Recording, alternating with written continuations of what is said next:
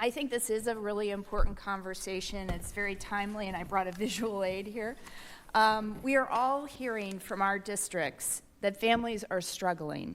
They are struggling with higher costs at the grocery store, wondering if they will still have health care or if Title I schools will have the funding they need to operate. And what I am having a hard time understanding is how talking about more burdensome regulations on SNAP or making cuts to the program to pay for tax cuts for billionaires and America's largest corporations helps this problem. Hard-working Americans across the country have felt the squeeze at the grocery store over the past several years, starting with the pandemic. But this administration is not prioritizing lowering costs to help families get by.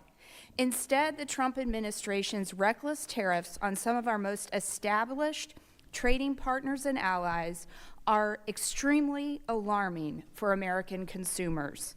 We import 60% of our fresh fruits and 40% of our fresh vegetables, many of which cannot be grown in the United States. Not to mention the many other products we import, coffee, olive oil, and other pantry items. And the U.S. imported nearly $45 billion worth of meat and fish in 2023 alone. And we know that consumers will bear the costs of tariffs on these staples.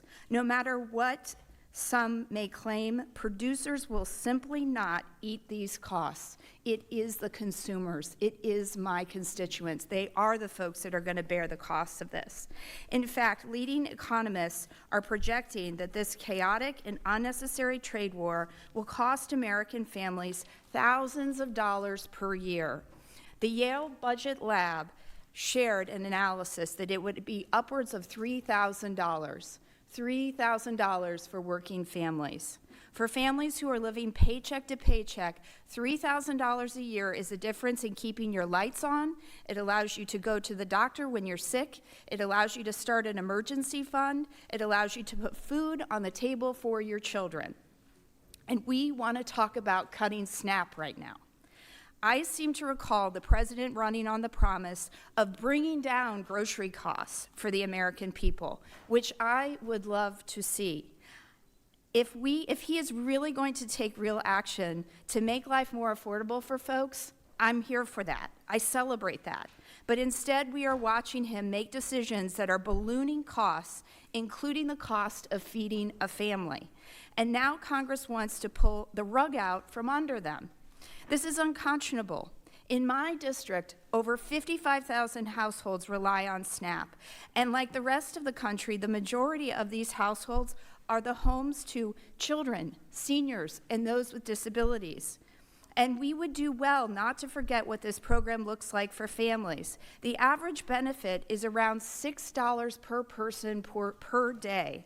One of my constituents shared a story with me about what SNAP means to her.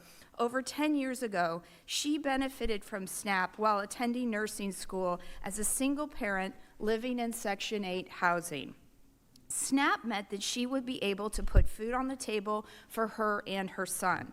But because of the burden that was relieved from her, she graduated and got a job as a stable nursing career, even becoming a nurse, during the COVID crisis.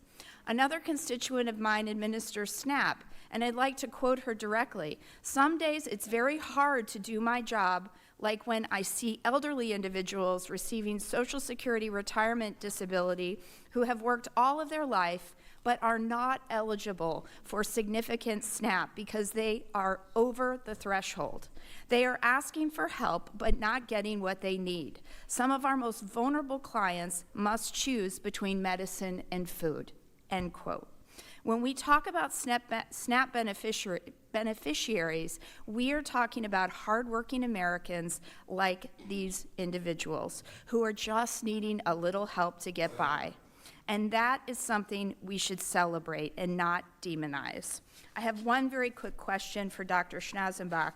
Dr. Rashidi's testimony leans on research that you did to support her claim that SNAP discourages work, but your analysis focused on women in the 1960s and 70s during the nationwide rollout of the Modern Food Stamp Program.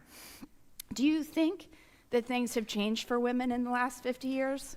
Women's labor participation have gone up at least 15 percentage points since then. We've got more modern evidence, and that's what I talked about. Okay, thank you. I yield back.